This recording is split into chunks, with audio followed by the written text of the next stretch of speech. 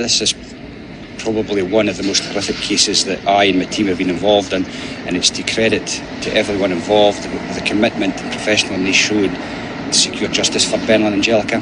The National Crime Agency described this as a once-in-a-generation crime, and I sincerely hope that no one else sees this ever again.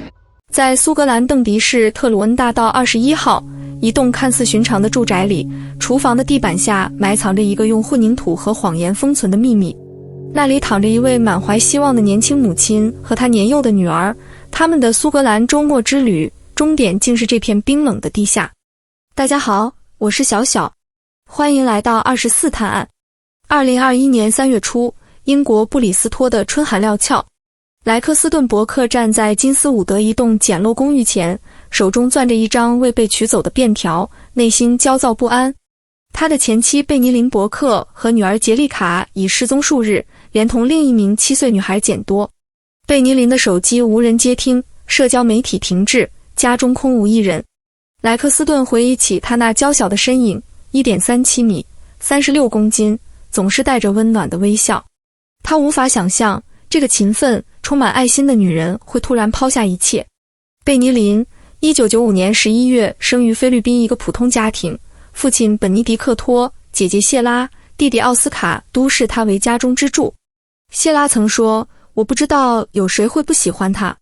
家境贫寒，贝尼琳却凭借毅力完成大学学业，获得学位。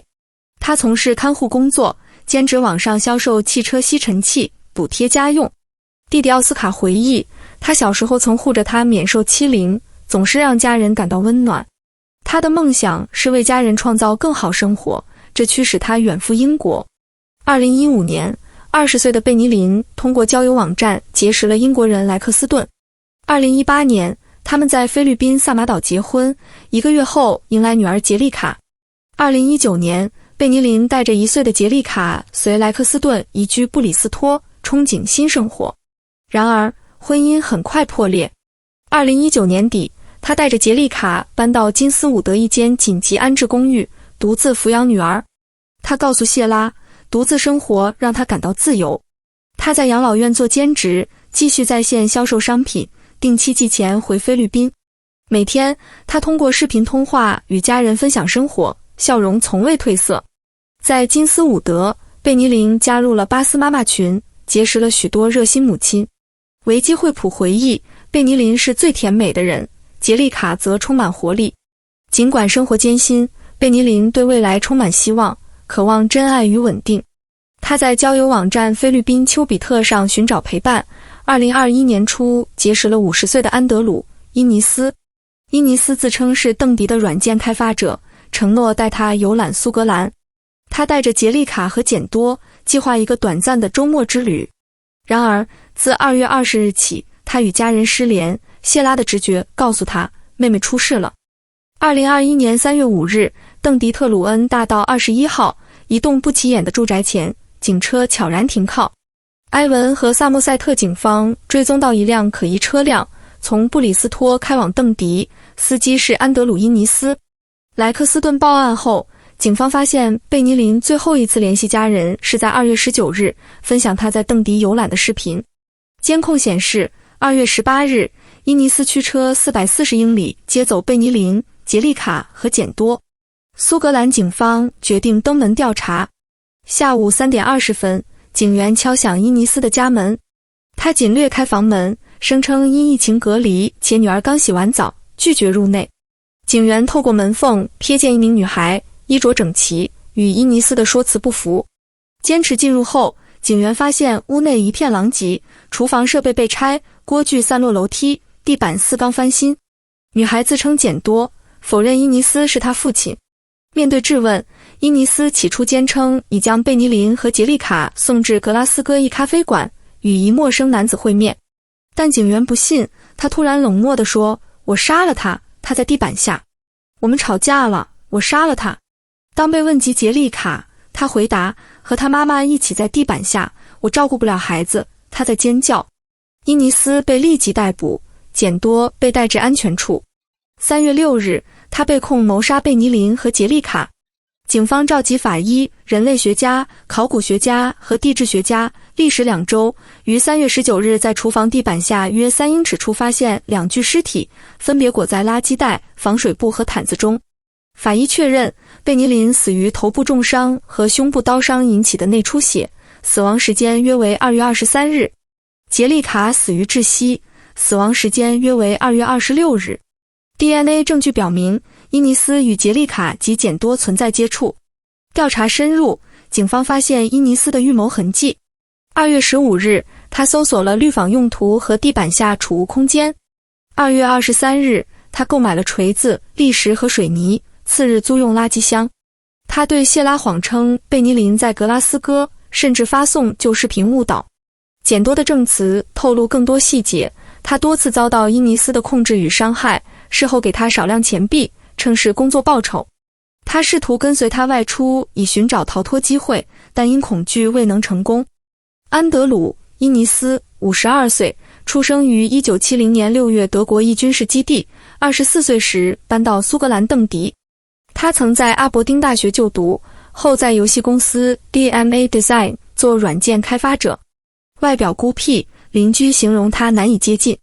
他曾与一名日本女性结婚，育有3个孩子。2019年婚姻破裂后被遣返回英国。他患有克罗恩病和自闭症谱系障碍，但无犯罪记录。伊尼斯在34个交友网站上活跃，使用自制数据抓取工具筛选女性，锁定20多岁有幼儿的单身母亲，将他们的年龄、体重、身高和育儿情况录入表格评分。贝尼林因符合其理想标准成为目标。两人最初通过菲律宾丘比特聊天，后转为视频通话。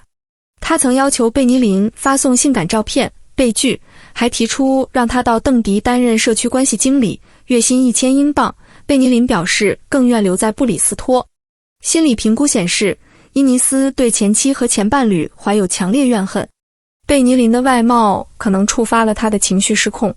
他在庭上称，袭击时血液沸腾，将贝尼林视为前妻和前伴侣的混合体。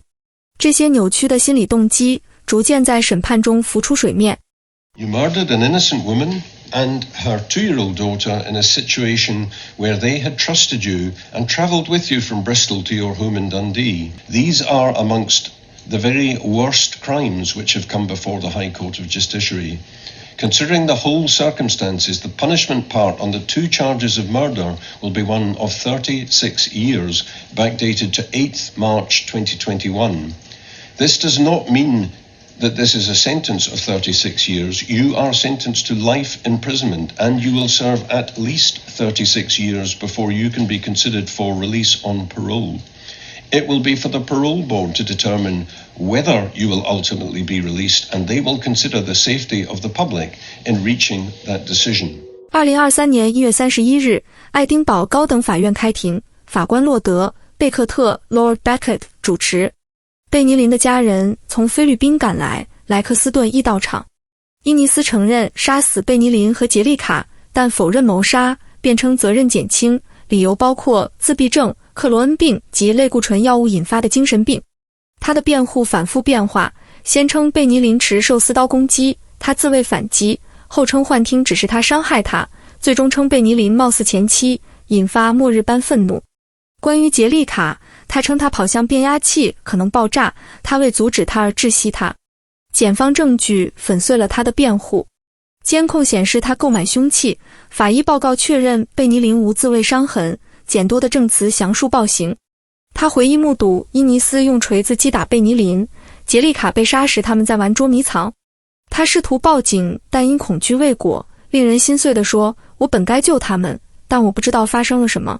精神病学家戈登·考恩作证，伊尼斯无类固醇诱发精神病的证据，其行为逻辑清晰，不符合严重精神病特征。2月6日，陪审团仅用 2.5 小时裁定伊尼斯犯有2项谋杀罪、妨碍司法罪等。法官判处终身监禁，最少服刑36年，称其罪行极其恶劣。真相在审判中逐步揭开，令人毛骨悚然。2021年2月18日，伊尼斯驱车440英里从邓迪到金斯伍德，接走贝尼林、杰丽卡和简多。贝尼林因他长途跋涉心生怜悯，且对苏格兰风光好奇，决定带2个女孩前往邓迪，仅计划停留周末。他未携带过夜行李，显示无意久留。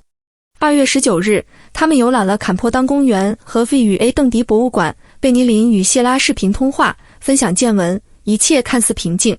然而2月20日起，贝尼林突然失联。真相是2月23日，贝尼林在厨房准备食物时，伊尼斯突然用锤子多次重击他的头部。他试图说话，但无法出声。他返回办公室，取出一把自称武士刀的长刀，刺中他的胸部。贝尼林因头部重伤和内出血死亡。简多目睹了部分过程，回忆贝尼林倒下的瞬间，眼神充满无助。伊尼斯将贝尼林的尸体裹在垃圾袋、防水布和毯子中，埋于厨房地板下。2月26日，他通过压迫杰丽卡的颈部和嘴部，将其窒息致死，尸体同样埋于贝尼林身旁。法医报告显示，杰丽卡死于窒息，身上有伊尼斯的 DNA。贝尼林·伯克与杰丽卡谋杀案是一场令人心碎的悲剧，揭示了网络交友的潜在风险。贝尼林为追求更好生活，勇敢移居英国，却因信任错误的人而遭遇灭顶之灾。案件暴露了单身母亲在交友平台上的脆弱性，尤其是面对如伊尼斯般精心策划的捕食者。伊尼斯的行为令人发指，他不仅预谋杀人，还企图掩盖极其严重的罪行。其辩护策略反复无常，显示出冷酷与狡诈。36年的最低刑期虽重，但对受害者家庭的伤痛无济于事。本尼迪克托痛失爱女与孙女，谢拉每天拨打妹妹的电话，只为听语音留言，他们的悲痛难以言喻。警方的高效行动值得肯定，跨区域合作与细致调查迅速锁定嫌疑人，简多的勇敢证词为定罪提供了关键证据。然而，案件也引发深思，如何加强交友平台监管，保护弱势群体？菲律宾社区的卡伦甘慈善机构呼吁关注移民女性的安全，值得社会重视。最后，我们向贝尼林和杰丽卡致敬，他们的故事提醒我们珍惜生命，警惕危险。愿他们安息，愿正义继续为受害者发声。感谢收看本期节目，如果你有想了解的案件，欢迎留言告诉我们。请订阅频道，点亮小铃铛，我们下期再见。